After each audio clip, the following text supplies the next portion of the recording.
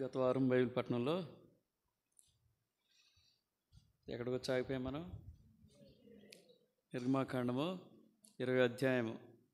అయితే మోయస్ అన్న కేవలం ఇంట్రడక్షనే ఇవ్వటానికి సమయం అంతా సరిపోయింది. మన అధ్యాయంలోని కొన్ని మాటలు మనం అట్లీస్ట్ ఇది ప్రాముఖ్యమైన అధ్యాయం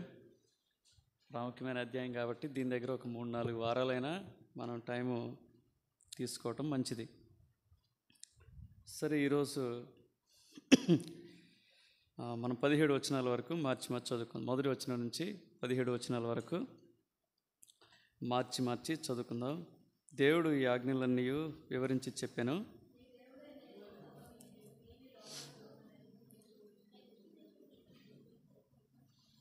నేను తప్ప వేరొక దేవుడు నీకు ఉండకూడదు.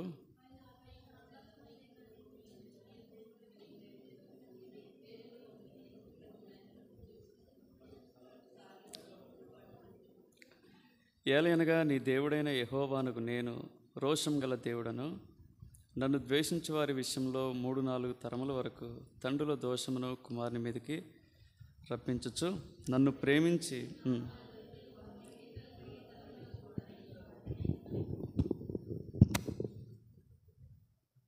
నీ దేవుడైన యెహోవా నామమును వ్యర్థముగా అనుచ్చరింపకూడదు. యెహోవా తన నామమును వ్యర్థముగా అనుచ్చరింపవారిని నిర్దోషిగా ఎంచడు. 6 దినములు నీవు కష్టపడి నీ పని అంతయు చేయవలెను.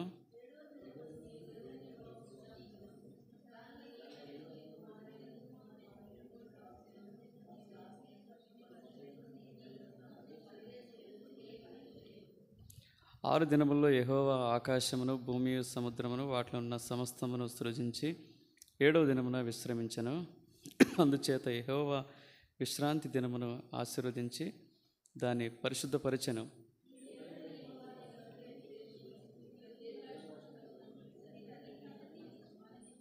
నరహత్య చేయకూడదు, దొంగిలకూడదు, నీ పొరుగువాని ఇల్లు ఆశింపకూడదు. నీ పొరుగువాని భార్యనైనను, అతని దాసునైనను, అతని దాసినైనను, అతని ఎద్దునైనను, అతని గాడిదనైనను, నీ పొరుగువాని దగ్గర దేనినైనను ఆశింపకూడదని చెప్పాను. ప్రభు సహాయం కొరకు చిన్న ప్రార్థన చేసుకుందాం.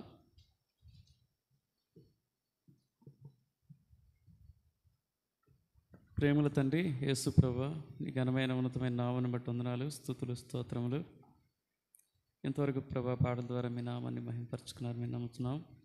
తిరిగి సమయంలో చదువుకున్న లేఖన భాగాలను మీ చేతిలో పెడుతుండగా దీవించి ఆశీర్వదించండి, విరిచి మాకు వడ్డించండి. ఓ దేవా, నిష్ప్రయోజకుని, ఎన్నో హద్దుబాట్లు పరిమితులు కలిగిన వారిని, అజ్ఞానిని దయతో కరుణించండి. నీ ఆత్మ సహాయం లేకుండా ఈ మాటలు బోధించడం ఎంతో కష్టం ప్రభు. అది మానవుని వలన అయ్యే పని కాదు ప్రభు. కాబట్టి పరిశుద్ధాత్మ దేవునిగా మీరు తోడయండి, నాలో ఉండి మీరు మా అందరితో మాట్లాడుతురమ్మని, ఈ సమయాన్ని దీవిస్తురమ్మని, మహిమా ఘనత ప్రభావములు మీకు చెల్లిస్తూ యేసుక్రీస్తు వారి ఉన్నతమైన నామంనే వేడుచున్నాం తండ్రి.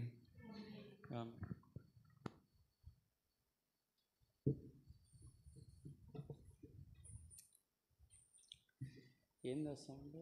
ఫ్యానేనా?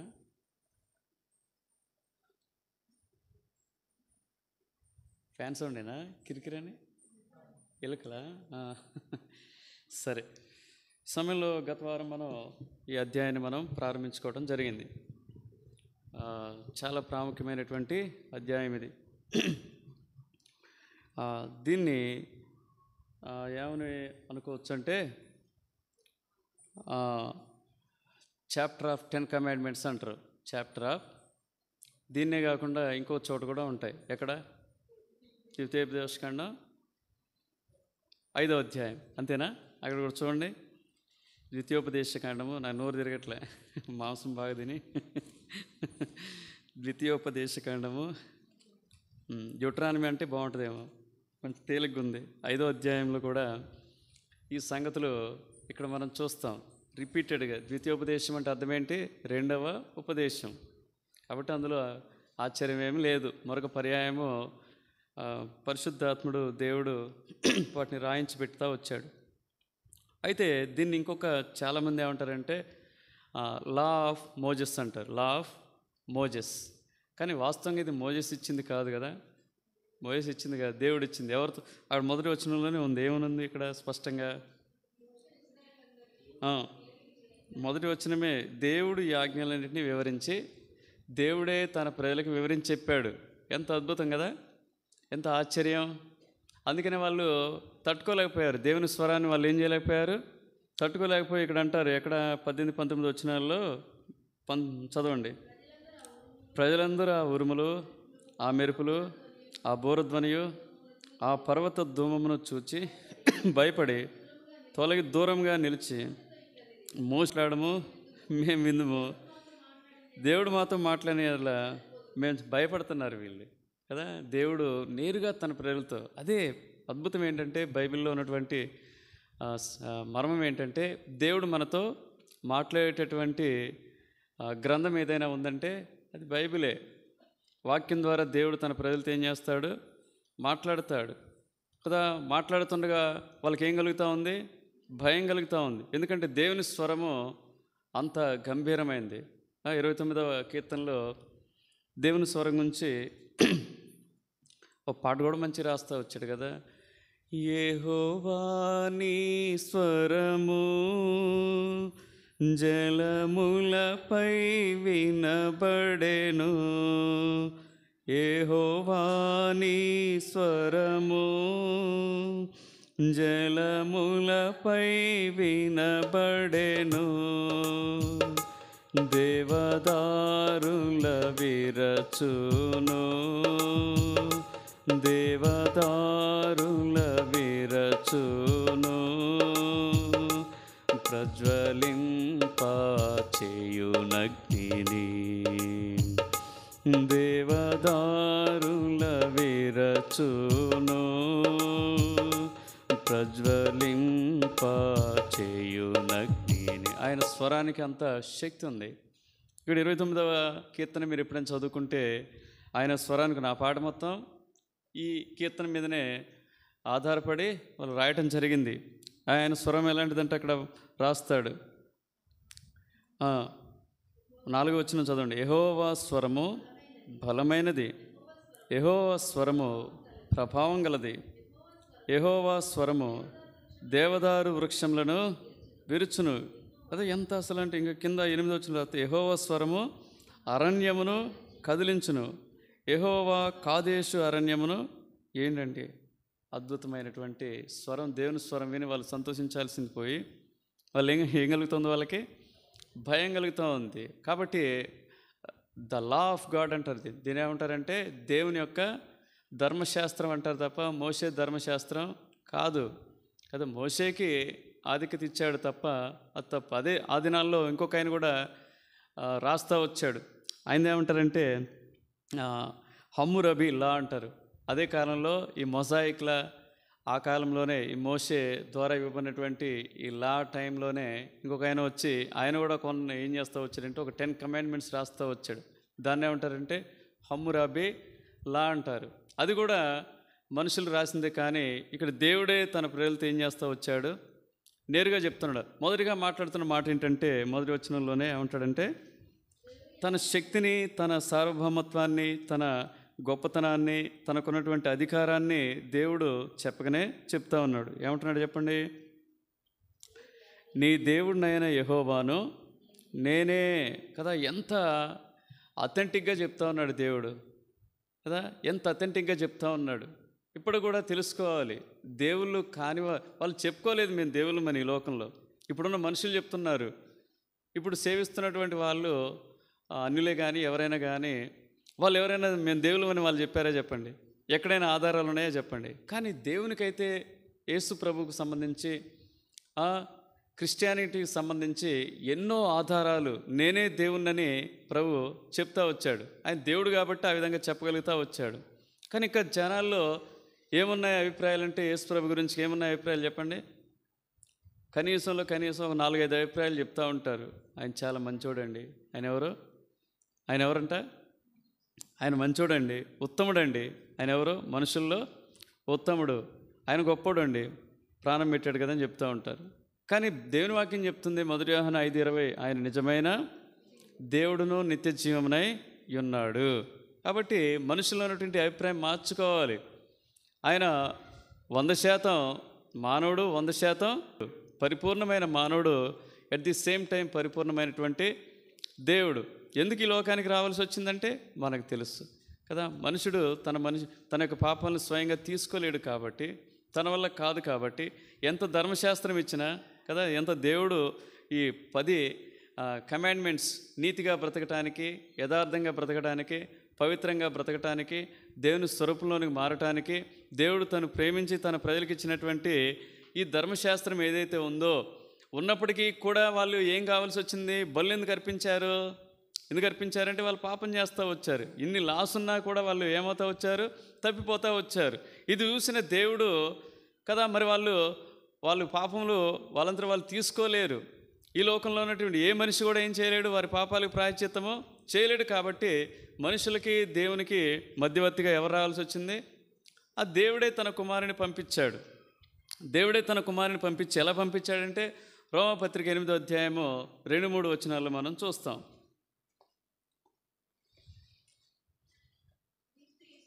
క్రీస్తు యేసునందు జీవమునిచ్చే ఆత్మ యొక్క నియమము పాప మరణముల నియమము నుండి నన్ను విడిపించను. ఎట్లనగా ధర్మశాస్త్రము దేన్ని చేయజాలకపోయెనో దాన్ని దేవుడు చేసెను. శరీరం అనుసరింపక ఆత్మను అనుసరించే నడుచుకొను మనయందు ధర్మశాస్త్ర సంబంధమైన నీతి విధి నెరవేర్చబడవలని పాప పరిహారం నిమిత్తము దేవుడు తన సొంత కుమారుని పాప శరీరాకారంతో పంపి ఆయన శరీరమందు పాపమునకు శిక్ష విధించెను కదా. ఈ ధర్మశాస్త్రం ఏం చేయలేకపోయిందంటే మనిషి యొక్క పాపాన్ని తీసివేయలేకపోయింది. వాళ్ళకి ఎంత నియమాలు పెట్టినా, ఎంత కట్టడలు పెట్టినా, ఎన్ని ఆజ్ఞలు ఇచ్చినా వాళ్ళు ఏం చేస్తూ వచ్చారు? పాపం చేస్తూనే వచ్చారు. కాబట్టి బలు అవసరమై ఉన్నది. ఒక్కసారి యేసుప్రభు ఈ లోకానికి వచ్చాడు, తను బలిగా సర్వ మానవాళి కొరకు కూడా. అందుకని ఈ ధర్మశాస్త్రం ఏం చెప్పగలుగుద్దంటే పాపం ఏంటో చెప్పగలుగుద్ది. గలతీలకు రాస్తూ 3వ అధ్యాయంలో అది ఒక మనకు బాలశిక్ష అన్నమాట. 3వ అధ్యాయం 19 నుంచి చదవండి. అలాగైతే ధర్మశాస్త్రం ఎందుకు? ఎవనికి ఆ వాగ్దానం చేయబడినో ఆ సంతానం వచ్చే వరకు అది అతిక్రమమును బట్టి దానికి తర్వాత ఇవ్వబడిను. అది మధ్యవర్తి చేత దేవదూతల ద్వారా నియమింపబడిను. మధ్యవర్తి యోకానికి మధ్యవర్తి కాడు కానీ దేవుడొక్కడే. ధర్మశాస్త్రము దేని వాగ్దానమునకు విరోధమైనదా? అట్లన రాదు. జీవింపచే శక్తి గల ధర్మశాస్త్రం ఇవ్వబడి ఉన్న ఎడల వాస్తవంగా నీతి ధర్మశాస్త్రం మూలంగానే కలుగును. కానీ యేసుక్రీస్తునందులే విశ్వాస మూలంగా కలిగిన వాగ్దానము విశ్వసించు వారికి అనుగ్రహింపబడినట్లు లేఖనము అందరినీ పాపములో బంధించెను. విశ్వాసం వెల్లడి కాక మునుపు ఇక ముందును బయలుపరచబడబో విశ్వాసం అవలంబింపబడవలసిన వారముగా చెరలో ఉంచబడినట్లు మనం ధర్మశాస్త్రముకు లోనైన వారమైతిమి. కాబట్టి మనం విశ్వాసం వలన నీతిమంతులమని తీర్చబడినట్లు క్రీస్తునొద్దకు మనల్ని నడిపించుటకు ధర్మశాస్త్రము మనకు అది. ఇది కేవలం ఏంటంటే మనం పాపంలో ఉంటూ పాపం నుంచి బయటికి రావడానికి ఎలా ప్రయత్నం చేస్తాం, మన వల్ల కాదో అనేది మాత్రమే ధర్మశాస్త్రం తెలియచేస్తుంది. అందుకని అది ఎలాంటిదంటే బాలశిక్ష వంటిది. అందుకనే అది చేయలేనటువంటి పని యేసుప్రభు ఈ లోకానికి వచ్చాడు. ఆయన మనిషి కాదండి. ఆయన ఎవరు? ఆయన ఉత్తముడు కాదు, ఆయన దేవుడు. ఇంకొక అభిప్రాయం ఏముంటుందంటే ఆయన ఒక ప్రత్యేకమైన తెగకి దేవుడు. ఆయన ఎవరు దేవుడు అంటే తెల్లవాళ్ళ దేవుడు. తెల్లవాళ్ళ దేవుడు అంటారు. ఆసియా ఖండంలోనే ఉంది ఇజ్రాయెల్ దేశం. అర్థమైందా? భారతదేశం కూడా ఆసియా ఖండంలోనే ఉంది. అర్థమైందా? కాబట్టి ఆయన ఏదో తెల్లవాళ్ళు ఏం చేశారంటే వాళ్ళు తెలివిగల ఎక్కడ ఏది మంచిగా ఉన్నా ఏం చేస్తారు చెప్పండి? ఎన్ని దేశాలు వాళ్ళు పరిపాలించారు. కారణం ఏంటి? వారి అన్వేషణ. వాళ్ళు ఏది బెస్ట్ ఉన్నా సరే దాన్ని వదిలిపెట్టరు. భారతదేశానికి వచ్చారు ఈ బ్రిటిష్ వాళ్ళు ఏం చేస్తూ వచ్చారు? కోహినూర్ వజ్రాన్ని వాళ్ళు పట్టుకుపోతూ వచ్చారు. శ్రేష్టమైనవని పట్టుకుపోయారు. అట్లాంటిది శ్రేష్టమైనటువంటి ఈ బైబిల్ని కూడా ఏం చేస్తూ వచ్చారు? వాళ్ళు చదువుకుంటూ వచ్చారు. చదువుకున్నారు, జ్ఞానం పొందారు, ఎంతో మేలు పొందారు, ఎంతో మేలు పొందే వచ్చారు. తెల్లవాళ్ళ దేవుడు కాదు, ఒక తెగకి దేవుడు కాదు కదా. బైబిల్లో రాయబడతా వచ్చింది యేసుక్రీస్తు అందరికీ దేవుడు కదా. అపోస్తుల కార్యాలు 10:38లో మనం చూస్తాం యేసుక్రీస్తు అందరికీ. అందుకనే ఆయన కొంతమంది కొరకు ప్రాణం పెట్టలేదు. మీరు ఎక్కడ చూసినా అందరి కొరకు ప్రాణం పెట్టాను, అందరి కొరకు ఆయన ఈ లోకానికి వచ్చాను, అందరి పాపాల నిమిత్తం ఆయన శిలువలో బలియాగం గావించను. ఈ సంగతులన్నీ మనం బైబిల్లో మనం చూస్తాం. ఇక మూడో అభిప్రాయం ఎలా ఉంటుందంటే, మనుషులకి దేవుడు ఇంతగా నేను తప్ప వేరొక దేవుడు లేడని చెబుతూ ఉంటే, మనుషులకు ఉన్నటువంటి మరొక అభిప్రాయం ఏంటంటే, ఇతను ఒక మతాన్ని స్థాపించడానికి వచ్చాడు అనుకుంటారు కదా. ఇతను ఏం చేయడానికి వచ్చాడు? అందుకనే పౌలుతో వాళ్ళు వాదించేటప్పుడు వాళ్ళు ఏం చేస్తూ ఉంటారు, ఇది మతభేదాన్ని నేను ఏం చేస్తున్నాడు, కలగజేస్తున్నాడు. రండి అపోస్తుల కార్యాలు 24వ అధ్యాయంలో 4-9 వచనాల్లో మనం చూస్తాం. అపోస్తుల కార్యాలు 24వ అధ్యాయంలో ఈ సంగతి మనం చూస్తాం. నేను తమకు ఎక్కువ ఆయాసం కలగ చేయకుండా క్లుప్తముగా తమరు ఎప్పటి వలె శాంతముగా వినవలనని వేడుకొనుచున్నాను. ఈ మనుష్యుడు పీడ వంటి వాడును, భూలోకమందున్న సకలమైన యూదులకు కలహమును రేపువాడును, నజరేయుల మతభేదమునకు. ఈయనేం చెప్తున్నాడు చెప్పండి? మతభేదానికంటే యేసు ప్రభు ఏం చెప్పాడంటే వీళ్ళకు ఒక మతాన్ని నేర్పించిపోయాడు అనేది ఆ యూదుల యొక్క అభిప్రాయం. ఇంకో చోట కూడా అంటాడు, ఇంకో చోట ఇక్కడ 14-15 వచనాలు చదవండి. ధర్మశాస్త్రమందును ప్రవక్తల గ్రంథముల యందును వ్రాయబడి ఉన్నవన్నీ నమ్మి నీతిమంతులకును అనీతిమంతులకును పునరుత్థానం కలగబోచున్నదని వీరు నిరీక్షించున్నట్లు నేను కూడా దేవుని యందు నిరీక్షణ ఉంచి వారు మతభేదమని పేరు పెట్టు ఈ మార్గము.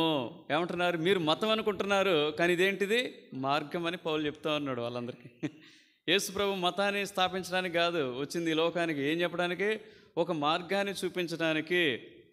ధర్మశాస్త్రం వలన వాళ్ళు పాపంలోనే బంధించబడతా ఉన్నారు, ఆ పాపంలోనే వాళ్ళు కొనసాగుతూ వచ్చారు. అది పాపం నుంచి ఏమాత్రం విడిపించలేకపోతూ వచ్చింది. కాబట్టి ఆ మత సంబంధమైనటువంటి క్రతువులన్నింటినీ ముగింపు పలకాలను ఆయన లోకానికి వచ్చి ఒక మార్గాన్ని, తను మృతునంది సమాధి చేయబడి తిరిగి లేచడం ద్వారా మానవుడు ఏ విధంగా సహవాసం కోల్పోయినటువంటి తండ్రితో మరలా ఐక్యపరచబడతాడు అనేది చెప్పడానికే యేసు ప్రభు ఈ లోకానికి వచ్చాడు. అంతే తప్ప ఒక మతాన్ని రాసుకున్నారు చరిత్ర పుస్తకాలు. ఎంతమంది ఉన్నారంట ప్రపంచంలో దాదాపుగా క్రైస్తవులు ఎంతమంది అంటే 32% మంది ఉన్నారు. ఎంతమంది? 1/3% ఎవరు అంటే క్రైస్తవులే ఉన్నారు ప్రపంచంలో. అర్థమైందా? ఆ ముస్లిం సహోదరులు దాదాపుగా 24% మంది వాళ్ళు ఉన్నారు. హైందవులు మన దేశంలో అయితే ఒక 15% మంది వీళ్ళు ఉన్నారు. కాబట్టి ఎక్కువ మెజారిటీ పీపుల్ ఎందులో ఉన్నారంటే వీళ్ళే తెలుసుకోగలుగుతూ వచ్చారు. కాబట్టి మతం అనే అభిప్రాయం నుంచి ఏం చేయాలి? ముఖ్యంగా మన దేశస్తులు బయటికి రావాలి. ఇంకొక అభిప్రాయం ఏంటి? ఈయన ఊరికే నా రాజ్యం ఇక్కడ సంబంధించింది కాదంటే ఈయన ఒక రాజ్యాన్ని స్థాపించాలనే భ్రమలో బ్రతుకుతా కదా. ఈయన ఒక రాజ్యాన్ని స్థాపించడానికి వచ్చాడేమో, అందుకని ఆయన కూడా ఎవరో హీరోదైనా భయపడది. రాజ్యానికి ఎవరుంటారు? రాజు ఉంటాడు. ఈయన ఒక రాజ్యాన్ని స్థాపించడానికి వచ్చాడేమో. ఎందుకంటే యేసు ప్రభు మొట్టమొదటిగా సువార్త ప్రకటించేటప్పుడు ఆయన ఏ రాజ్యం గురించి చెప్తుంటాడో ఈ రాజ్యం గురించి కాదు, దేవుని రాజ్యం. మత్తయి సువార్త 4వ అధ్యాయం 17వ వచనంలో అంటాడు కదా, దేవుని రాజ్యం సమీపించి ఉన్నది, అందరూ ఏం పొందండి?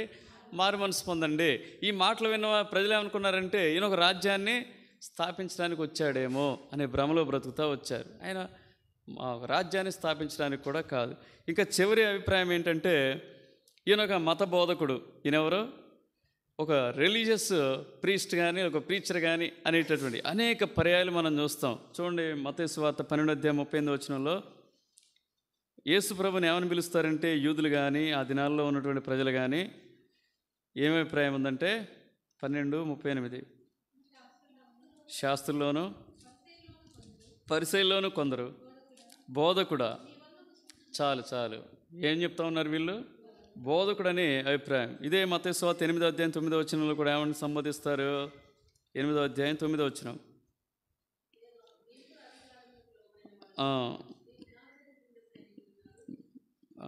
7వ అధ్యాయం 28వ వచనం చదవండి. ఏసీ మాట చెప్పి ముగించినప్పుడు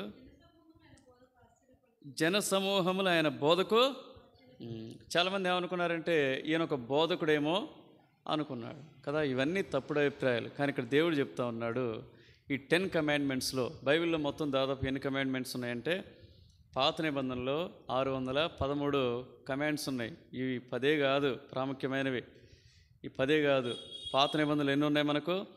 613 ప్రాముఖ్యమైనటువంటి కమాండ్మెంట్స్ ఉన్నాయి, ఆజ్ఞలు ఉన్నాయి. క్రొత్త నిబంధనలు ఎన్ని ఉన్నాయి?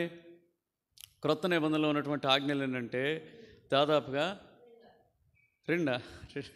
అవి కూలంకషంగా చెప్పాడు. బై అండ్ లార్జ్ ఈ 10నే ఏం చేస్తూ వచ్చారంటే ఎత్తి కుదేసి యేసు ప్రభు 2 చెప్పాడు. కానీ 1050 ఆజ్ఞలు ఉన్నవి.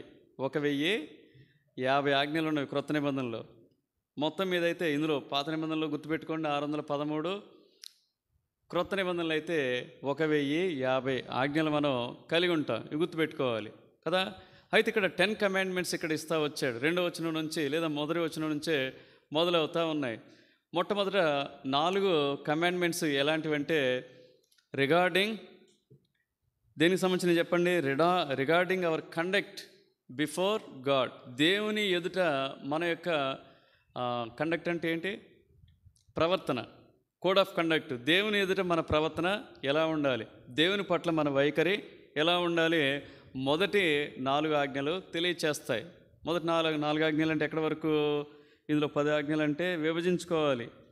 అన్నీ వరుసగా ఉన్నాయి కదా, ఇందులో 20-30 ఆజ్ఞలు కనపడుతున్నాయి కదా, 10 అంటున్నారు ఏంటి అనేటువంటి డౌట్ వస్తూ ఉంటుంది కదా. మొదటిది ఏంటంటే మొదటి దాదాపుగా 2 వచనాలు కలిపి మొదటి ఆజ్ఞగా మనం తీసుకోవాలి. తర్వాత 2వ ఆజ్ఞగా మీరు అక్కడ పెట్టుకోండి, నెంబర్ వేసుకోండి. తర్వాత 2వ ఆజ్ఞ ఎక్కడంటే 4 నుంచి 6 వచనాలు 2వ ఆజ్ఞ, దాన్ని మార్క్ చేసుకోండి.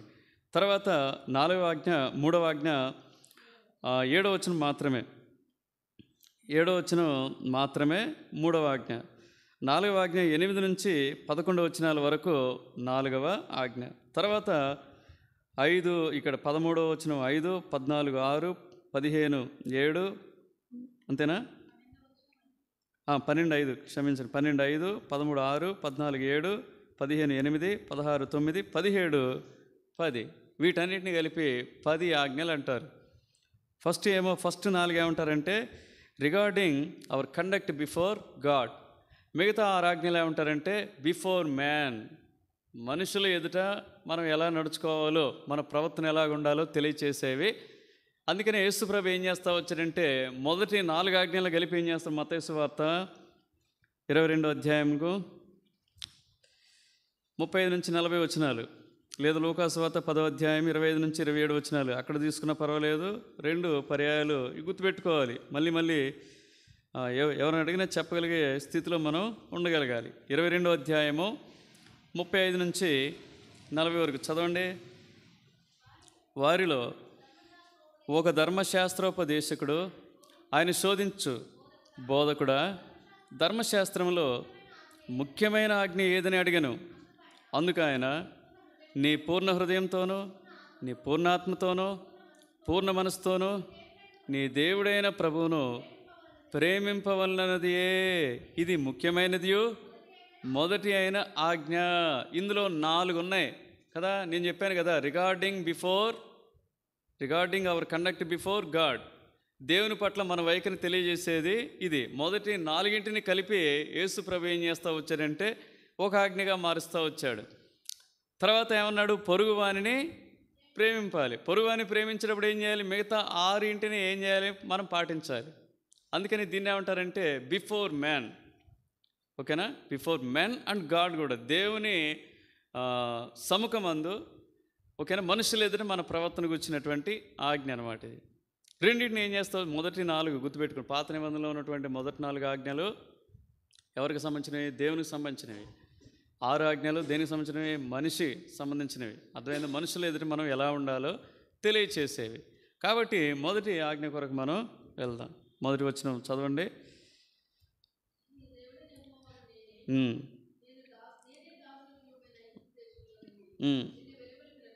3వ వచనం స్టార్ట్గా, నేను తప్ప వేరొక దేవుడు నీకు ఉండకూడదు. దేవుడు ఒక్కడే అనేదే మొదటి ఆజ్ఞ. నేను తప్ప వేరొక దేవుడు లేడు కదా. ఎంత ఎంత అథారిటీ ఉంటే ఈ మాట చెప్పగలుగుతాడు దేవుడు? అవునా కదా. గుర్తెరగాలి మానవుడు. ఆ తర్వాత ప్రాముఖ్యంగా అన్యులు, ఇంకా దేవునికి దూరంగా ఉన్న వాళ్ళు ఈ సంగతి గుర్తెరగాలి. దేవుడు ఎంత నిష్పక్షపాతంగా చెప్తా ఉన్నాడంటే, ఎంత సూటిగా చెప్తా ఉన్నాడంటే, ఎంత అధికారంతో చెప్తా ఉన్నాడంటే, ఈ స్టేట్మెంట్ అనేక పర్యాయాలు మనం చూస్తాం. యెషయా గ్రంథంలో చూస్తే 43వ అధ్యాయము, 44వ అధ్యాయము, 45వ అధ్యాయాల్లో ఈ మాటలు మనం చదువుతాం. 43లో 10, 11 వచనాలు చదవండి. మీరు తెలుసుకొని నేనే ఆయనను గ్రహించినట్లు మీరును నాకు సాక్షులు. నాకు ముందుగా ఏ దేవుడును నిర్మింపబడలేదు, నా తర్వాత ఏ దేవుడును ఉండడు. నేనే యెహోవాను, నేను తప్ప వేరొక రక్షకుడు లేడు. ఏం చెప్తా ఉన్నాడు? నేను తప్ప వేరొక దేవుడు లేడని చెప్తా ఉన్నాడు. దేవుని యొక్క ఆ సార్వభౌమత్వాన్ని మానవుడు గుర్తెరగాలి. 44వ అధ్యాయంలో 6వ వచనం చదవండి. ఇశ్రాయేలు రాజైన యెహోవా, వారి విమోచకుడైన సైన్యములకు అధిపతిగా యెహోవా ఇలాగ సెలవిచ్చున్నాడు, నేను మొదటివాడను కడపటివాడను, నేను తప్ప ఏ దేవుడునూ లేడు. దేవుడు ఎంత ఎంత పర్టికులర్గా ఉన్నాడంటే ఇక నీకు నాకు వేరే దేవుని జోలి వద్దు, అభిప్రాయం కూడా వద్దు. వాళ్ళు కూడా దేవుళ్ళే కదండి అంటారు కొంతమంది. వాళ్ళు కూడా ఏంటి దేవుడు? నేను అసలు ఒప్పుకోను. అసలు దేవుడు అనేవాడు చెప్పారు కదా, క్వాలిటీస్ ఉండాలి. అర్థమైందా? ఇప్పుడు ఒక పాన్ పరాగ్ తినేటోడు వచ్చి నువ్వు ఏమంటావు, నీకు పై అధికారి అనుకో, నువ్వేమంటావు చెప్పండి? లేకపోతే ఒక ఉన్నతమైన స్థితిలో ఉన్నాడు అనుకోండి, ఏం చెప్తావు? అసలు ఈ స్థితిలో ఉన్నాడు ఎట్లుంటాడా? ఇట్లా ఉండొచ్చా మనం అడుగుతాం కదా. ఇట్లా ఉండొచ్చా అంటాం కదా. అయితే దేవులుగా పరిగణించబడిన వాళ్ళు అట్లా ఉండొచ్చా? ఒకసారి ప్రశ్న వేసుకోవాలి. ఎవరైతే దేవులు కాని వారిని సేవిస్తున్నారో, ఎవరైతే దేవులు కాని వారికి దాసులుగా ఉన్నారో వారు ఏం చేయాలి? వాళ్ళు ఒక ప్రశ్న వేసుకోవాలి. వీరు దేవులు అనబట్టడానికి ఏమైనా అర్హతలు ఉన్నాయా, ఏమైనా ఆధిక్యతలు ఉన్నాయా? వాళ్ళు ప్రశ్న వేసుకుంటే అప్పుడు ఏం కలుగుద్ది? కొంచెం అవగాహన వస్తుంది, కొంచెం ఆలోచన వస్తుంది. పౌలు భక్తుడు కూడా అదే చేస్తూ వచ్చాడు. వాళ్ళ అమ్మ నాన్న చెప్తా వచ్చారు, వాళ్ళ పితరులు చెప్తా వచ్చారు, యూదులు చెప్తా వచ్చారు. ఇక ఏం చెప్తా వచ్చారు? ఇక ఇదే అనుకొని, ఇదే సత్యం అనుకొని ఏం చేస్తూ వచ్చాడు? ఇక యూదుల్ని, అదే యేసుప్రభు నమ్ముకున్న వాళ్ళని హింసించడం మొదలు పెడతా వచ్చాడు. వాళ్ళని కొట్టడం మొదలు పెడతా వచ్చాడు. మొదలుపెట్టి బై గాడ్స్ గ్రేస్ దేవుని నమ్ముకున్న తర్వాత ఆయన స్టేట్మెంట్స్ అయితే అద్భుతంగా ఉంటాయి. ఆయన ఏమంటాడు? ఇది వరకు దేవులు కాని వారికి మీరేమయ్యారు? సంఘాలకు రాస్తుంటాడు కదా. గలతీ 4:8 ఏమని రాస్తాడు? దేవుళ్ళు కాని వారికి దాసులై ఉంటిరి అంటాడు కదా. ఆ కాలం అయితే మీరు దేవుని ఎరుగని వారై నిజమునకు దేవుళ్ళు కాని వారికి దాసులై ఉంటిరి. కానీ ఎలా ఉన్నారని చెప్తా ఉన్నాడు? ఆయన సత్యం తెలుసుకున్నాడు. అర్థమైందా? తల్లిదండ్రులు, ముత్తాతలు వాళ్ళు వీళ్ళు చెప్పినవి కావు. దేవుడు అనేవానికి ఎలాంటి గుణలక్షణాలు ఉండాలి అనేది ఒకసారి ఆలోచన చేస్తే యేసు ప్రభువుకి 100కి 100% కూడా నువ్వేం చేయొచ్చు అంటే మార్కులు వేయచ్చు. అందుకనే ఆ వాడికి ఏమైనా శక్తి ఉన్నదంటే మొదటి సమయాలు 5వ అధ్యాయము మొదటి 5 వచనాల్లో చూస్తే జీవంగల దేవుని యొక్క మందసాన్ని ఆ యొక్క గుడిలో పెట్టినప్పుడు ఆ మందసానికి ఏదైనా కీడు కలగాలి, ఆ మందసానికి ఏదైనా హాని కలగాలి. ఆ మందసంలో ఉన్నటువంటివన్నీ కూడా ఏం కావాలి? బహుశా అవన్నీ కూడా చెల్లాచెదురు కావాల్సి ఉంది. దానికి ప్రతిగా ఏమవుతా వచ్చింది? చదవండి. ఫిలిస్తీయులు దేవుని మందసమును పట్టుకొని దాగోను గుడిలో దాగోను ఎదురు దాన్నుంచిరి. అయితే మరునాడు అష్టోదు వారు ప్రాతకాలమందు లేవగా, ఇదిగో దాగోను యెహోవా మందసం ఎదుట నేలను బోర్ల పడి ఉండెను. చాలుగా అయిపోయింది. అర్థం కావట్లేదా ఇప్పుడు కూడా? ఆయన తప్ప వేరొక దేవుడు లేడు, ఉండకూడదు కూడా. అంత రోషం కలిగినటువంటి దేవుడు. అది తెలుసుకున్న వాళ్ళకే చెప్పగలుగుతారు. యేసుప్రభుని అనుభవిస్తున్న వాళ్ళు అంతే కదా. తిన్నోళ్ళు చెప్తారు. హైదరాబాద్ పోయాం, మేము చోట టిఫిన్ చేసాం. ఆ టిఫిన్ గురించి అది చెప్తా వచ్చాం. ఇంటికి వచ్చిన తర్వాత బాగుంది, అన్నీ తిరిగాం, ఎక్కడ చూసినా వాళ్ళు కబాబులు తింటున్నారు. అసలు ఆ ఫుడ్ మనం తినలేం. ఎక్కడ చూసినా బిర్యానీలు, ఎక్కడ చూసినా కబాబులు, అంతా రోత తిండి. అప్పుడే తింటున్నారు, అప్పుడే సిగరెట్లు తాగుతున్నారు, మళ్ళీ అప్పుడే టీ తాగుతున్నారు. విచిత్రమైన తిండి కదా. అందుకనే ఆ ప్రాంతానికి ఏం పెట్టారంటే ఫైనాన్షియల్ డిస్ట్రిక్ట్ అట. ఏంటి ఫైనాన్షియల్ డిస్ట్రిక్ట్ అనుకున్నాం. మొత్తం ధనవంతులు, రిచ్ పీపుల్ ఉన్నారు. ఒక్క చపాతీ 80 రూపాయలు అట. ఒక హోటల్కి పోతే ఒక్క చపాతీ 80 రూపాయలు. మేము ఒక చపాతీకి ఏం కడుపు కనీసం 3 తినాలి. 3 అంటే 240 రూపాయలు. దాని బదులు ఇక్కడ మంచి దమ్ బిర్యానీ వస్తుంది కదా. వామ్మో అనుకొని మేము బయటకు వచ్చి ఒక చోట తిన్నాం. చాలా బాగుంది. మన ఆంధ్ర టిఫిన్స్ లానే ఉన్నాం. అప్పుడు మీ ఇంటికి వచ్చి నేను చెప్తా వచ్చాను. ఎలా చెప్పగలిగాను? వాటిని మేము తిన్నాం, రుచించాం కాబట్టి చెప్పగలుగుతా వచ్చాం. కాబట్టి యేసు ప్రభుని అనుభవించిన వ్యక్తి, యేసు ప్రభుని తెలుసుకున్న వ్యక్తి, ఆ ప్రేమను తెలుసుకున్న వ్యక్తి, ఆయన నిజమైన దేవుడుగా ఎరిగినటువంటి వ్యక్తి ఆయన గురించి చెప్పగలుగుతాడు. అందుకని మేము చెప్పగలుగుతున్నాం కదా. అందుకే నేను తప్ప వేరొక దేవుడు నీకు ఉండడు కూడా. యెషయా 45:5 అదే మాట మరలా చదువుతాం. 45, 5, 6 వచనాలు. 6వ వచనం చదవండి ప్రాముఖ్యంగా.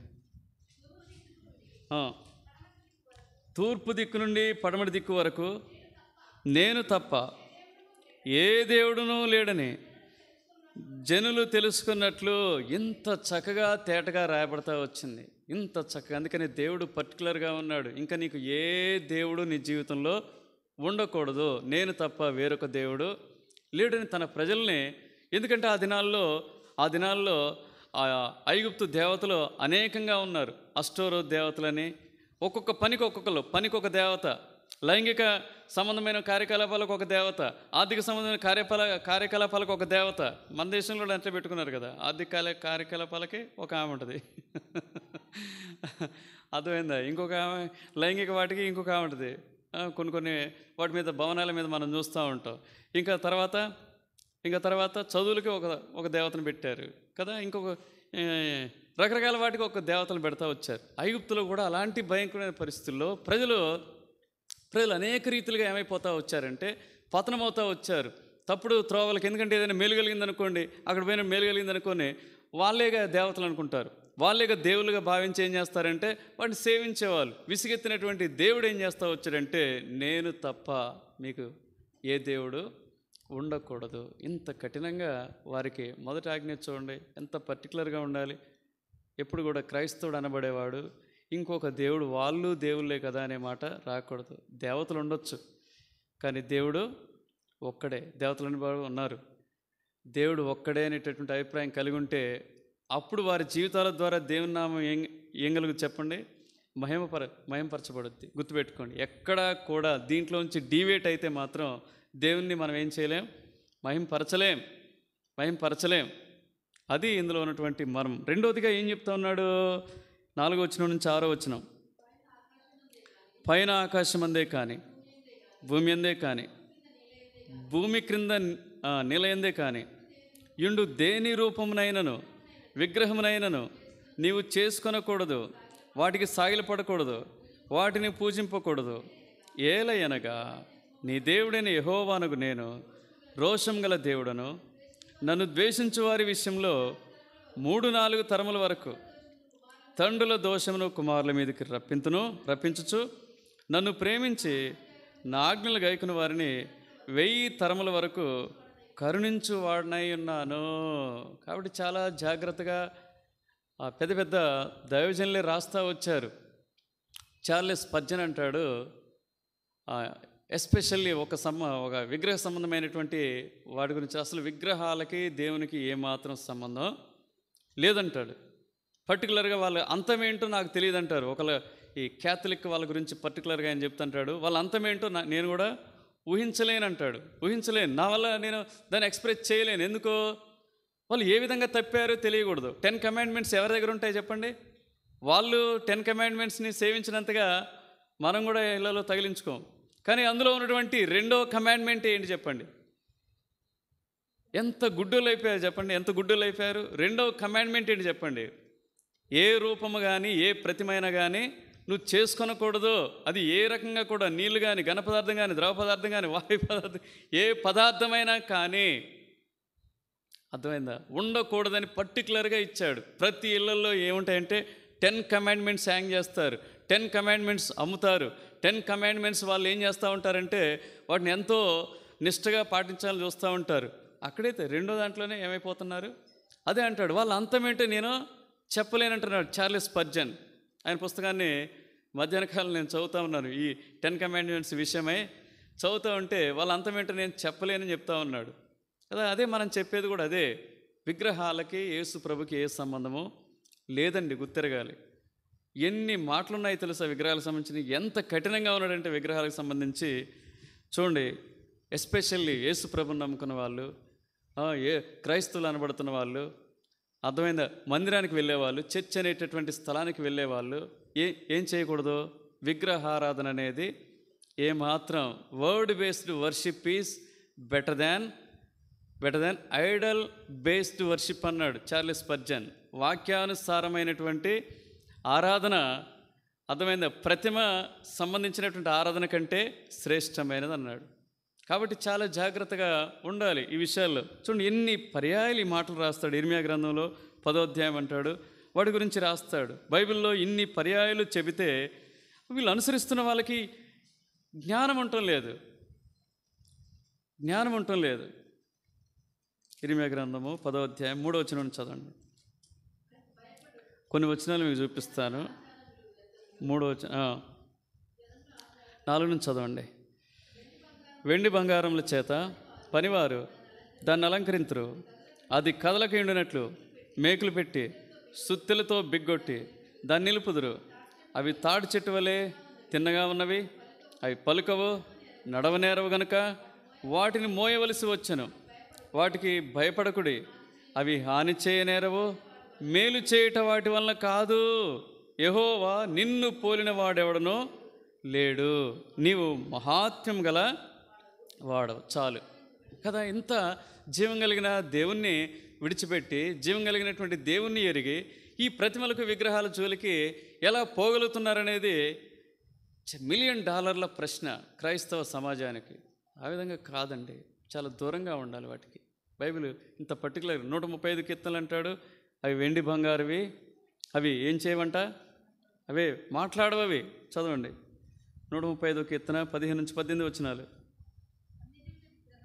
అన్ని జనుల విగ్రహములు వెండి బంగారువి, అవి మనుషుల చేతి పనులు. వాటికి నోరుండి పలకవు, కన్నులుండి చూడవు, చెవులుండి వినవు. వాటి నోళ్ళలో ఊపిరి లేశమైనను లేదు. వాటిని చేయువారును వాటి యందు నమ్మిక ఉంచు వారందరూ వాటితో సమానులగుదురు, నిర్జీవులైపోతారు. ఒక మాటలో చెప్పాలంటే విగ్రహ సంబంధమైనటువంటి స్థలాలకు వెళ్ళేటటువంటి వారు ఏమైపోతారంట, నిర్జీవులైపోతారు. ఏ విషయమై? ఆత్మ విషయమై, దేవుని విషయమై, సత్యం విషయమై నిర్జీవమైపోతారు. కాబట్టి చాలా జాగ్రత్తగా ఉండాలి. ఎన్నిసార్లు హెచ్చరించాడో తెలుసా పౌలు భక్తులు తన భక్తుల ద్వారా. క్రొత్త నిబంధనకు వచ్చేయండి కదా. క్రొత్త నిబంధనలో అసలు ఎంతగా వాళ్ళు నిరసించారంటే విగ్రహారాధననే మీరు లేఖనాలు జాగ్రత్తగా చదివితే రండి. ఒక చోట అంటాడు, 1 కొరింథీ 10వ అధ్యాయం 19-20 వచనాలు. చాలా జాగ్రత్తగా ఉండాలి. క్రైస్తవులు అనబడే వాళ్ళు మనకు సంబంధం లేనివి. విగ్రహార్పితంలో ఏమైనా ఉన్నదని ఆయనను, విగ్రహంలో ఏమైనా ఉన్నదని ఆయనను చెప్పేదనా? లేదు. కానీ అన్యజనులు అర్పించు బలులు దేవునికి కాదు, దెయ్యములకే అర్పించుచున్నారు. మీరు దెయ్యములలో పాలివారవుట నాకు ఇష్టం లేదు. ఎవరైతే విగ్రహ సంబంధమైనటువంటి ఆలయాలకు వెళ్తున్నారో ఇప్పటికి కూడా క్రైస్తవులు అనబడచ్చు. అర్థమైందా? వాళ్ళు చేస్తున్న ఆరాధన ఎవరికంట?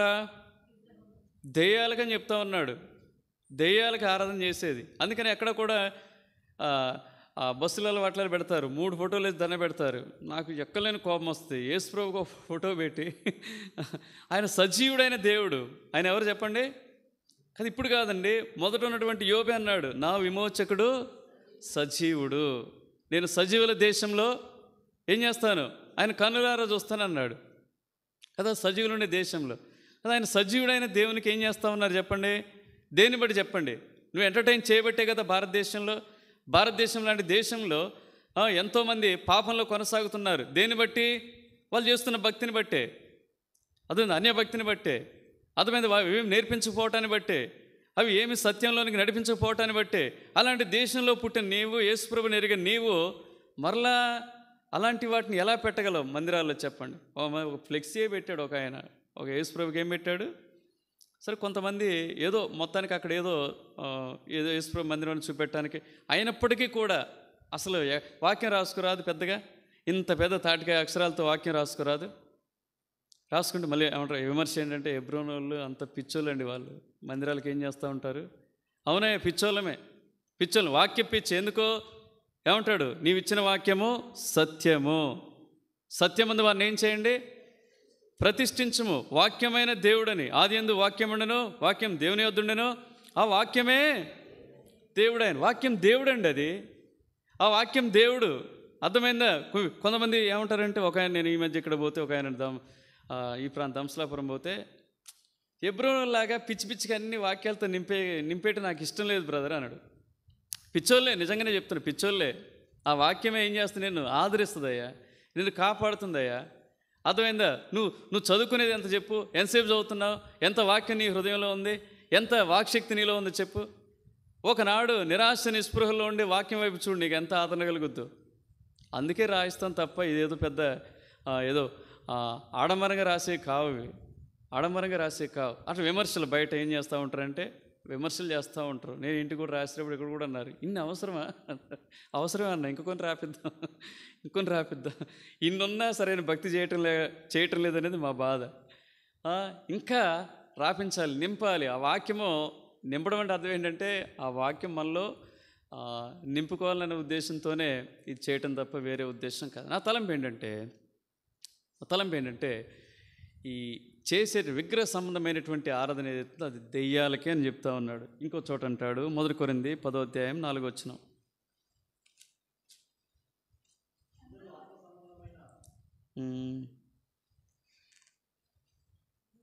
8వ అధ్యాయం 4వ వచనం.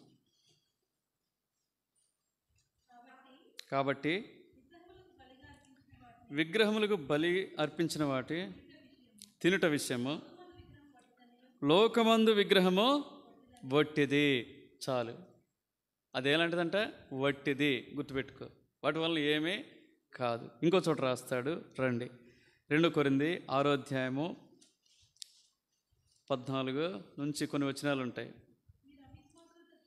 మీరు అవిశ్వాసులతో జోడుగా ఉండకుడి, నీతికి దుర్నీతితో ఏమి సాంగత్యము, వెలుగునకు చీకటితో ఏమి పొత్తు, క్రీస్తునకు బెలియాలతో ఏమి సంబంధమో, అవిశ్వాసతో విశ్వాసికి పాలెక్కడది, దేవుని ఆలయంనకు విగ్రహములతో ఏమి పొందిక.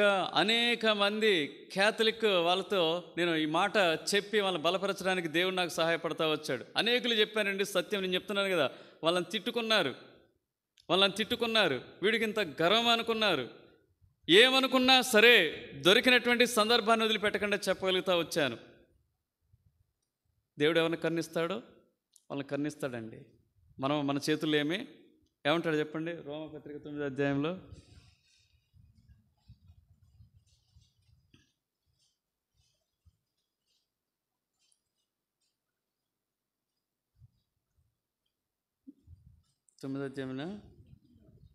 చదవండి. కావున ఆయన ఎవరిని కనికరింపగోరునో వారిని కనికరించను. ఒకనాడు ఎప్పుడైనా వాక్యం చదువుకున్నాడు, వాక్యం చదివితేగా ఒక్కసారి కూడా బైబిల్ చదవరు వాళ్ళు. నేను చెప్పగలను, ఒక్కసారి కూడా బైబిల్ చదవరు. ఏంటంటే కొన్ని వచనాలు చూస్తారు, కీర్తనలు, సామెతలు, అక్కడక్కడ ఉన్న కొన్ని వచనాలు చెప్పుకోవటం, ఇక అంతే. బాగా భక్తి చేస్తున్నామండి, మామూలు భక్తి కాదండి, మామూలు భక్తి కాదు మేము చేసేది. అదే దేవుడు ఎంత గొప్పోడో ఆ గొప్ప దేవుడే చెప్తా ఉన్నాడు, నువ్వేం పొందాలని? మారు మనసు రక్షణ పొందాలని, సత్యం తెలుసుకోవాలని, నిజ దేవుని ఆరాధించాలని కదా. దేవుడు ఎవరని చెప్తా ఉన్నాడు? చార్లెస్ స్పర్జన్ అంటాడు, కొన్ని 100 సార్లు చెప్పాడట. యోహాన్ 4:24 ఎవరికి? క్యాథలిక్స్తో. ఏం చెప్తా వచ్చాడంట? దేవుడు ఆత్మ గనక దేవుని ఆరాధించేవారు ఆత్మతోనూ సత్యముతోనూ ఆరాధింపవలెను. ఈ ఒక్క మాటే మార్టిన్ లూథర్ని తాకింది. దేవుడు ఎవరు? ఆత్మ. ఆయన కనపడ్డు, నిరాకారుడు, ఆయన ప్రతిమ కాదు, బొమ్మ కాదు, విగ్రహం కాదు అని చెప్పేసి ఆయన ఏం చేశారంట? అసలు ఆ స్థలం నుంచి పారిపోయాడంట. ఇంకో చోట రాస్తాడు, మీరు పారిపోండి అంటాడు. ఎక్కడ? 1 కొరింథీ 6:9-10 వచనాలు. అదేనా? 1 కొరింథీ 10:14 వచనమా? కాబట్టి నా ప్రియులారా, విగ్రహారాధనకు దూరంగా పారిపోండి. You must flee from idol worship అన్నాడు. ఎక్కడ? విగ్రహానికి ఏమైపోవాలంట? దూరంగా పారిపోండి. చాలే, మార్టిన్ లూథర్ ఇదే చెప్పాడంట. దూరంగా పారిపోయాడంట. ఇంకెప్పుడు నేను ఇక్కడికి రానన్నాడంట. ఇంకెప్పుడు ఈ స్థలానికి నేను రానని చెప్పేసి పారిపోయి ఆ 95 డాక్ట్రిన్స్ ఏవైతే ఉన్నాయో, తప్పుడు సిద్ధాంతాలన్నింటినీ కూడా ఆ గోడపై రాస్తావు మహానుభావుడు. ఆయనకు నిజంగా ఆయన బట్టి దేవుని ఎంతగానో స్తుతించాలి కదా. ఎంత నమ్మదగిన దేవుడు. తన ప్రజలు తప్పుదారి పోతా ఉన్నప్పుడు ఒక వ్యక్తిని లేపుతాడు, ఒక నీతిమంతుని లేపుతాడు. ఆ నీతిమంతుని ద్వారా సత్యాన్ని చెప్పాలని ఇష్టపడతాడు దేవుడు. ఆ నీతిమంతుని ద్వారా ఆ ప్రాంతాన్ని కదిలించాలని ఇష్టపడతాడు. ఆ నీతిమంతుని ద్వారా తను తాను వెల్లడి చేసుకోవాలని, బయలుపరచుకోవాలని ఇష్టపడతాడు. మానవులు గుర్తెరిగితే ఎంత మేలు పొందారు కదా. ఎంత మేలు పొందారు ఇంగ్లాండ్ దేశస్తులు, ఎంత మేలు పొందారు అమెరికా దేశస్తులు, ఎంత మేలు పొందారు. ఎవరైతే ఈ పరిశుద్ధ గ్రంథాన్ని తీసుకొని ఈ ప్రొటెస్టెంట్ బైబిల్ చదువుకొని ఎంతమంది మేలు పొందారు, ఎన్ని పేరు ప్రఖ్యాతులు సంపాదిస్తూ వచ్చారు చాలామంది. మార్టిన్ లూథరే కాదు, జార్జ్ ముల్లర్ గారు కానీ, అగస్టిన్ గారు కానీ, ఆ తర్వాత బిల్లీ గ్రామ్ గారు కానీ, అటు చైనాలో వాచ్మెన్ని కానీ, ఆ తర్వాత ఇటు పాల్ యాంగ్చో కానీ, అవునా, తర్వాత చాలా దేశాల్లో ఇట్లా దేవుని, ఆస్ట్రేలియాలో చాలామంది, ఆస్ట్రేలియా కానీ ప్రతి దేశంలో కూడా ఈనాడు సత్యాన్ని వాళ్ళు చెప్పగలుగుతూ ఉన్నారు. కాబట్టి విగ్రహాలకు ఎలా ఉండాలంట? దూరంగా పారిపోండి. 1 కొరింథీ 5:11 ఇంకో మాట ఉన్నది. 1 కొరింథీ 5:11 ఇప్పుడైతే సహోదరుడు అనబడిన వాడెవడైనను జారుడు కానీ, లోబి కానీ, విగ్రహారాధకుడు కానీ, తిట్టుబోతు కానీ, త్రాగుబోతు కానీ, దోచుకునేవాడు కానీ అయ్యున్న ఎడల అట్టివానితో సాంగత్యము చేయకూడదు. అర్థమైందా? అసలు వాళ్ళతోనే సాంగత్యం చేయకూడదని పౌలు భక్తులు చెప్తా ఉన్నాడు. అర్థమైందా? వాళ్ళతో సాంగత్యం చేయొద్దని అంత సీరియస్నెస్ ఇక్కడ ఉండొద్దని కాదు. మళ్ళీ అంటాడు, ఇదే అధ్యాయంలో అంటాడు, అంటే మీరు ఎక్కడికో పోవాలని కాదు, వాళ్ళతోనే ఉండాలి, కానీ వాళ్ళకున్నటువంటి ఆ పిచ్చి మనకు అంటుకోకుండా చూసుకోవాలంటాడు. మన భక్తిని ఎక్కించాలి. విగ్రహాలకి ఇక్కడ ఏమంటున్నాడు చెప్పండి? వాళ్ళతో అసలు సాంగత్యమే వద్దని. ఇంకొక చోట రాస్తాడు, 1 కొరింథీ 6:9-10 వచనాలు చదవండి. వాళ్ళు అన్యాయస్తులు, దేవుని రాజ్యమునకు వారసులు కానేరని మీకు తెలియదా? మోసపోకుడి, జారులైనను. ఇప్పుడు ఏముంది ఇక్కడ? పర్టికులర్గా రాస్తాడు, విగ్రహారాధకులైనను ఏం కాదు, దేవుని రాజ్యమునకు వారసులు కానేరరు. గుర్తుపెట్టుకోండి అయ్యా. అసలు ఆ సంబంధం లేకుండా జీవించాలి. ఒక క్రైస్తవుడు అయితే రోషం కలిగినటువంటి దేవుని తెలుసుకున్నావు, నిజ దేవుని తెలుసుకున్నావు, సత్యదేవుని తెలుసుకున్నావు, ప్రాణం పెట్టిన వారిని తెలుసుకున్నావు, విమోచకుని తెలుసుకొని కూడా నువ్వు ఇంకా విగ్రహానికి సంబంధించినటువంటి ఆలయానికి పోతున్నావంటే అషేమ్ యువర్ సెల్ఫ్. సిగ్గుపడు నీ జీవితాన్ని బట్టి. సిగ్గుపడవలసిన సంగతులు ఏం చేస్తున్నారు చెప్పండి? మాది పెద్దదండి ఆలయం. ఏం చెప్తున్నారు? ఆయన హస్తకృతమైన ఆలయాల్లో నివసింపుడు. మత్తయి సువార్త అదే అపోస్తుల గారి 7వ అధ్యాయంలో ఉంటుంది. మళ్ళీ 15-16 అధ్యాయంలో ఒక చోట మరో చోట ఉంటారు, రాపిస్తాడు పౌలు భక్తుడు. ఆయన ఉన్నాడండి. దాన్ని బట్టి అతిశయించొద్దు. అవన్నీ ఏమైపోతాయి? ఒకనాడు లయమైపోతాయి. కాబట్టి ఇంకేమంటాడు? ప్రకటన 21:8 అంటాడు, అక్కడ రెండవ మరణానికి ఎవరు పాత్రులంటే వెరీ సీరియస్ థింగ్. అర్థమైంది? ఇంకా విగ్రహ సంబంధించినటువంటి క్రైస్తవులుగా పరిగణించబడుతూ వాటి వద్దకు వెళ్తూ ఉన్నారంటే యు టేక్ ఇట్ సీరియస్లీ. పిరికివారును, అవిశ్వాసులను,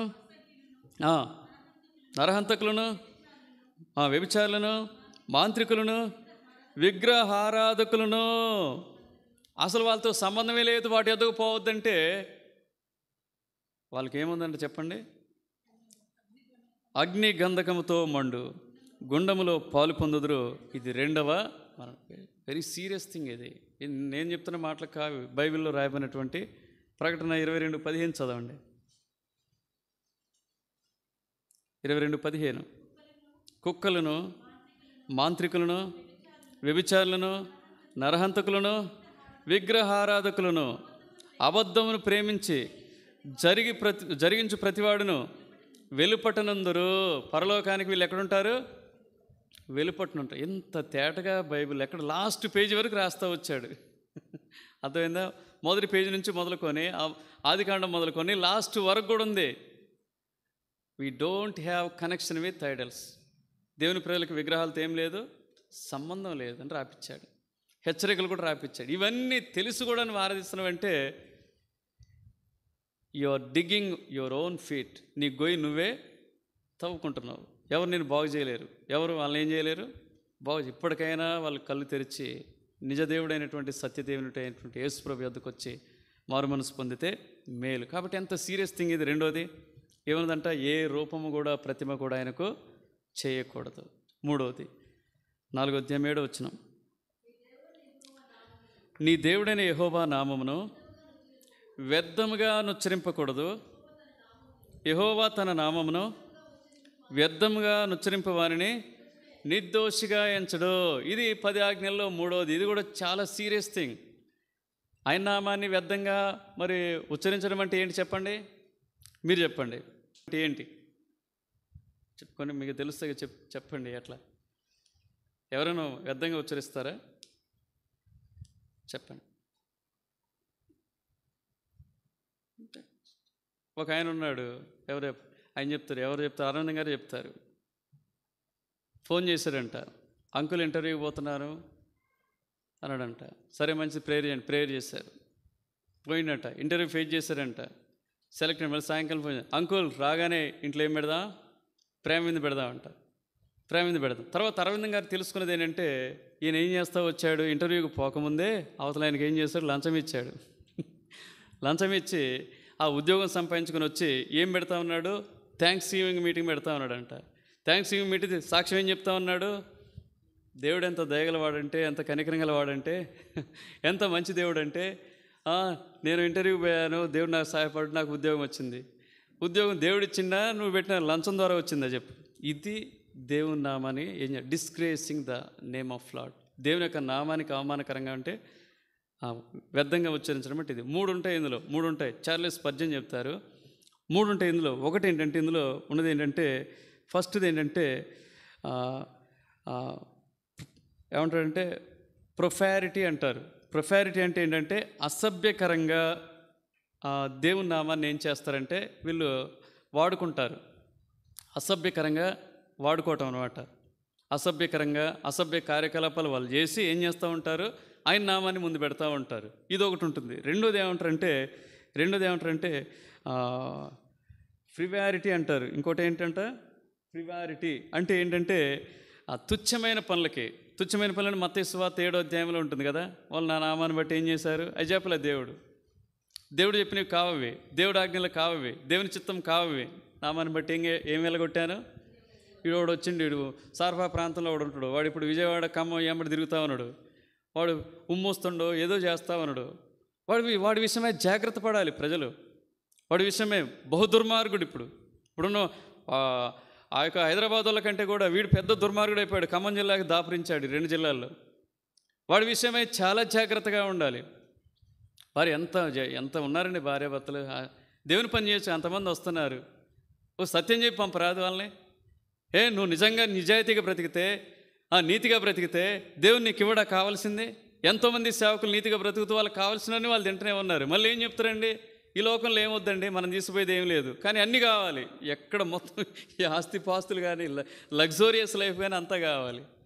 మళ్ళీ ఏం చెప్తారు?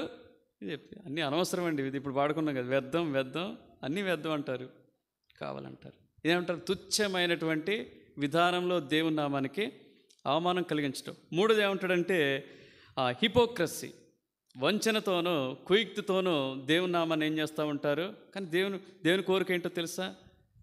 కీర్తనలు 29:2 వచనాలు రాస్తాడు. ఏం రాస్తాడు?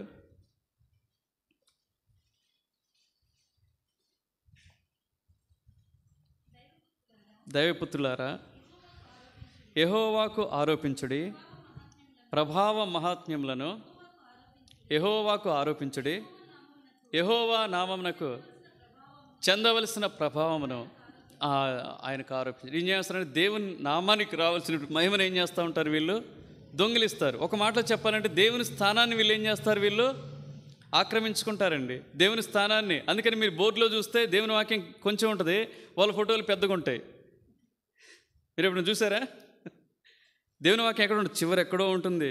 ఏముంటుంది? యెహోవాను ఆశీర్వదించబడిన వాడా లోపలికి రమ్మని రాస్తాడు కింద. పైన వాడు బొమ్మ పెట్టుకుంటాడు పైన. డిస్గ్రేసింగ్ ద నేమ్ ఆఫ్ లార్డ్. దేవుని యొక్క నామానికి ఏం చేస్తారంటే అవమానం, మహిమను వీళ్ళు దొంగిలించేదిగా చేసేటటువంటి విధానం. ఇది ఈ 3 రకాలుగా చేస్తారని చార్లెస్ స్పర్జన్ చెప్తాడు. కాబట్టి మనం జాగ్రత్తగా ఉండాలి.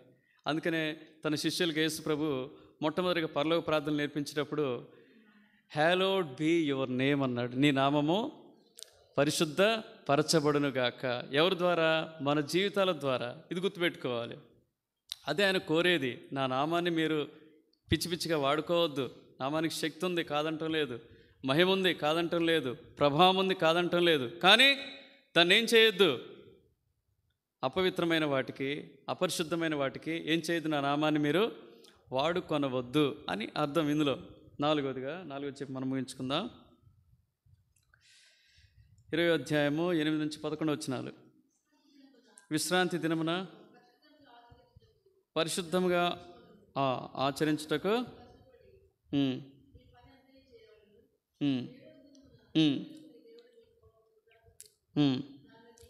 దానిలో నీవైనను, నీ కుమారుడైనను, నీ కుమార్తె అయినను, నీ దాసుడైనను, నీ దాసి అయినను, నీ పశువైనను, నీ ఇండ్లలోనున్న పరదేశి అయినను ఏ పనియూ చేయకూడదు. 6 దినముల్లో యెహోవా వాటిలోనున్న సమస్తమును సృజించి 7వ దినమున విశ్రమించను. అందుచేత యెహోవా విశ్రాంతి దినమును ఆశీర్వదించి ఆ దినాల్లో యేసుప్రభు దేవుడు ఆదికాండం 2వ అధ్యాయం 3వ వచనంలో చెప్తా వచ్చాడు. ఆ రోజులు ఏం చేస్తూ వచ్చాడు? సృష్టిని చేసి 7వ దినాన విశ్రమించాను. అందుకని విశ్రాంతి దినాన్ని పెడతా వచ్చారు. దాన్ని ఏమంటారంటే సబ్బాత్ డే. సబ్బాత్ అనేది హెబ్రీ భాషలో ఉన్నటువంటి పదం. సబ్బాత్ అంటే టు టేక్ రెస్ట్, విశ్రాంతి తీసుకోవటం. ఓకేనా? అది ఏ రోజు వాళ్ళు జరిపేవాళ్ళు? శనివారమే. పాత నిబంధనలో సబ్బాత్ డే అన్నా విశ్రాంతి దినమన్నా వాళ్ళు ఏంటంటే శనివారమే వాళ్ళు పాటించేవాళ్ళు. దాన్ని ఏమంటారంటే సీజ్ ఫ్రమ్ వర్క్ అంటారు. సీజ్ ఫ్రమ్ సబ్బాత్ అంటే అర్థం ఏంటి? మరొక అర్థం ఏంటి? Seize from work. పని నుంచి పారిపోవటం, దూరంగా ఉంటాం, ఏ పని చేయకూడదండి. ఇప్పటికి కూడా యూదులు గమనిస్తే సబ్బాత్ డే ఇజ్రాయెల్ దేశంలో సబ్బాత్ డే ఏం చేస్తున్నారు? ఎందుకు? వాళ్ళు ఎవరి కొరకు ఎదురు చూస్తున్నారు? మెస్సే కొరకు. వీళ్ళు పెద్ద గుడ్డోళ్ళు. ఆ గుడ్డోళ్ళు ఇక్కడ ఉన్నోళ్ళు, మన దేశంలో ఉన్న వాళ్ళు ఒక గుడ్డోళ్ళు అయితే వాళ్ళు పెద్ద గుడ్డోళ్ళు. ఇంకా ఆయన కొరకు ఎదురు చూస్తూ ఇప్పుడు కూడా శనివారం ఏం చేస్తారంటే ఆ బావులే ఉన్నాయి. అక్కడ కూడా ఇప్పుడు కూడా ఏమున్నాయంటే బావులే ఉన్నాయి. ఆ బావులు కట్టినటువంటి గిలకలు కానీ అవన్నీ తీసేసి పక్కన పెడతారు. ఎందుకు? ఎవరు కూడా పని చేయరాదు, నీళ్ళు మోయటం కానీ ఏమి చేయటం అసలు వాళ్ళు ఇష్టపడరు అంతే. దేవుని యొక్క ప్రతిష్ఠత దినం కాబట్టి వాళ్ళు ఆచరించాలి, పరిశుద్ధంగా ఉండాలి. స్నానం చేస్తారు, మంచి కూర్చుంటారు, దేవుని ఆరాధించడం, ఇట్లాంటివే చేస్తూ ఉంటారు తప్ప ఇంకా ఏ పని జోలికి వాళ్ళు పోరు. వెరీ స్ట్రిక్ట్గా ఉంటారు. అందుకనే లూకా సువార్త 6వ అధ్యాయంలో చూస్తే వాళ్ళు ఎంత పర్టికులర్గా ఉంటారంటే ఆ శిష్యులు 4 పనులు చేస్తారు. ఏం 4 పనులు? చదవండి. 3-4 ఉంటాయి అందులో సంగతులు. లూకా సువార్త 6వ అధ్యాయం మొదటి 2 వచనాలేనా? మొదటి 3 వచనాలు చదవండి. ఆయన పంట చేలలో పడి వెలుచుండగా ఆయన శిష్యులు వెన్నులు త్రుంచి చేతులతో నలుపుకొని తినుచుండిరి. అప్పుడు పరిసయ్యుల్లో కొందరు విశ్రాంతి దినమున చేయదగినవి మీరెందుకు చేయుచున్నారని వారిని అడగగా చాలు. ఇప్పుడు వాళ్ళు క్వశ్చన్ చేసింది దేనికి చెప్పండి? ఇప్పుడు వాళ్ళు దొంగతనం చేసినందుకు వాళ్ళు బాధ ఉందా? లేకపోతే వాళ్ళ బాధ ఏంటంటే 4 ఉన్నాయి అందులో. ఒకటి ఏంటంటే అందులో ఏం చేశారు? వెన్నులు త్రుంచి, అసలు పని చేయకూడదు, వెన్నులు త్రుంచారు. తర్వాత ఏం చేశారు? చేతులతో నలుపుకున్నారు, అది కూడా పనే. ఆ తర్వాత వాటిని పట్టుకోవడం, మోయకూడదు, ఇది రాయలేదు కానీ మోయకూడదు, అదొక 3వ పని. 4వది ఏంటి? తినటం. ఈ 4 వాళ్ళకి ఏం చేస్తుంటే పిచ్చి లేపినాయి. అందుకని యేసు ప్రభువుని ఆ దినాల్లో వాళ్ళు చంపడానికి ప్రయత్నించినటువంటి బలమైన కారణాలు 3 ఉన్నాయి. చెప్తారా అవేంటో? 3 కారణాలు ఏంటి? చెప్పండి. మొదటి కారణమే ఇది. విశ్రాంతి దినాన్ని యేసుప్రభు ఏం చేస్తూ ఉన్నాడు? ఉల్లంఘిస్తూ ఉన్నాడు. ఇంకో చోట ఉంటుంది కదా, మార్క్స్ వార్తలో 3వ అధ్యాయం, ఊచ చేయగలవని వాడి విషయమై 3వ అధ్యాయం 2-3 వచనాలు చదవండి. సమాజ మందిరంలో ఆయన మరలా ప్రవేశింపగా అక్కడ ఊచ చేయగలవాడు ఒకడుండెను. అచ్చటి వారు ఆయన మీద నేరం మోపవలననియుండి విశ్రాంతి దినమున వారిని స్వస్థపరచునేమో అని ఆయన కనిపెట్టుచుండిరి. ఆయన, నీవు లేచి మధ్య నిలువమని ఊచ చేయగలవానితో చెప్పి వారిని చూచి, విశ్రాంతి దినమున మేలు చేయుట ధర్మమా, కీడు చేయుట ధర్మమా, ప్రాణరక్షణ ధర్మమా, ప్రాణహత్య ధర్మమా అని అడిగను. అందుకు వారు ఊరకుండిరి. యేసు ప్రభువును చంపటానికి ప్రధాన కారణం ఏంటంటే అసూయ కాదంటం లేదు. మొత్తానికి టోటల్గా అసూయ. మొత్తానికైతే ఫస్ట్ ఏంటి? విశ్రాంతి దినం. ఆయనే ఆది అంతం, ఆయనేనండి. ఆయన ఉన్నవాడండి. ఆయనే పెట్టింది. ఆయనే తీయటానికి వచ్చాడు, ఆయన నెరవేర్చడానికి వచ్చాడు. ధర్మశాస్త్రాన్ని అంతటి నేనేం చేయడానికి వచ్చాడు? కొట్టివేయటానికి కాదు వచ్చింది. యేసుప్రభు దేనికి వచ్చాడు? నెరవేర్చడానికి అంటాడు. నెరవేర్చడానికి ఆయన ఈ లోకానికి వస్తే అది గుర్తెరక్క ఏం చేస్తూ ఉన్నారు? విశ్రాంతి దినాన్ని అన్నీ కాని పనులు చేస్తూ ఉన్నాడు అని చెప్పేసి, ఆచరించడం లేదని చెప్పేసి వాళ్ళు కక్షతో ఉంటూ వచ్చారు. ఇంకో కారణం ఏంటి? పాపులింటికి పోయేది ఆయన భోజనానికి కదా. అది సందర్భం కాదు కానీ గుర్తు చేస్తాను. 3 కారణాలు నా తలంపులో ఉన్నవి. పాపులకి ఆయన ఎలాంటి వాడంటే, ఎలాంటి వాడు? మిత్రుడు అయిపోయాడు.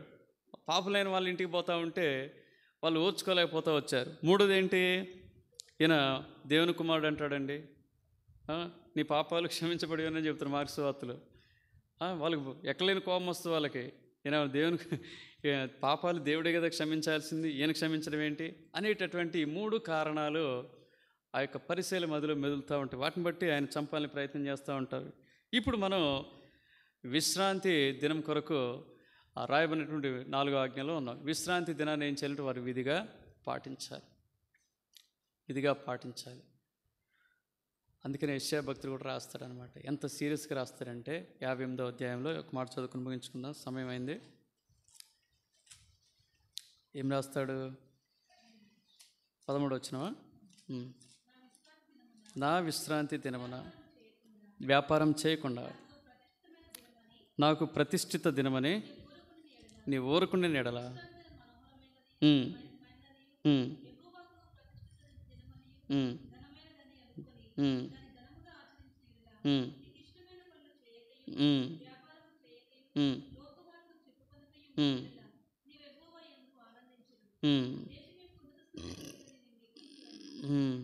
నీ తండ్రి అని యాకోబు స్వాస్థ్యమును నీ అనుభవంలో ఉంచదును.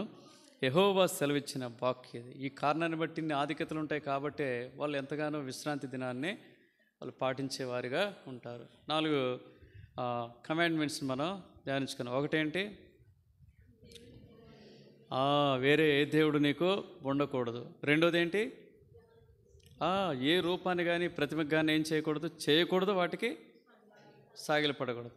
మూడోది, నామాన్ని వ్యర్థంగా ఆయన ముందు పెట్టొద్దు. నువ్వు చేసే అడ్డమైన పనులకి మంచి పనులకు పెట్టు, అసలు చెడ్డ పనులు చేయకు. 4వది విశ్రాంతి దినము. వీటిని ఆచరించాలని. తర్వాత మనం పొరుగుమాని ఎలా ఉండాలో ఆ మిగతా 6 గురించి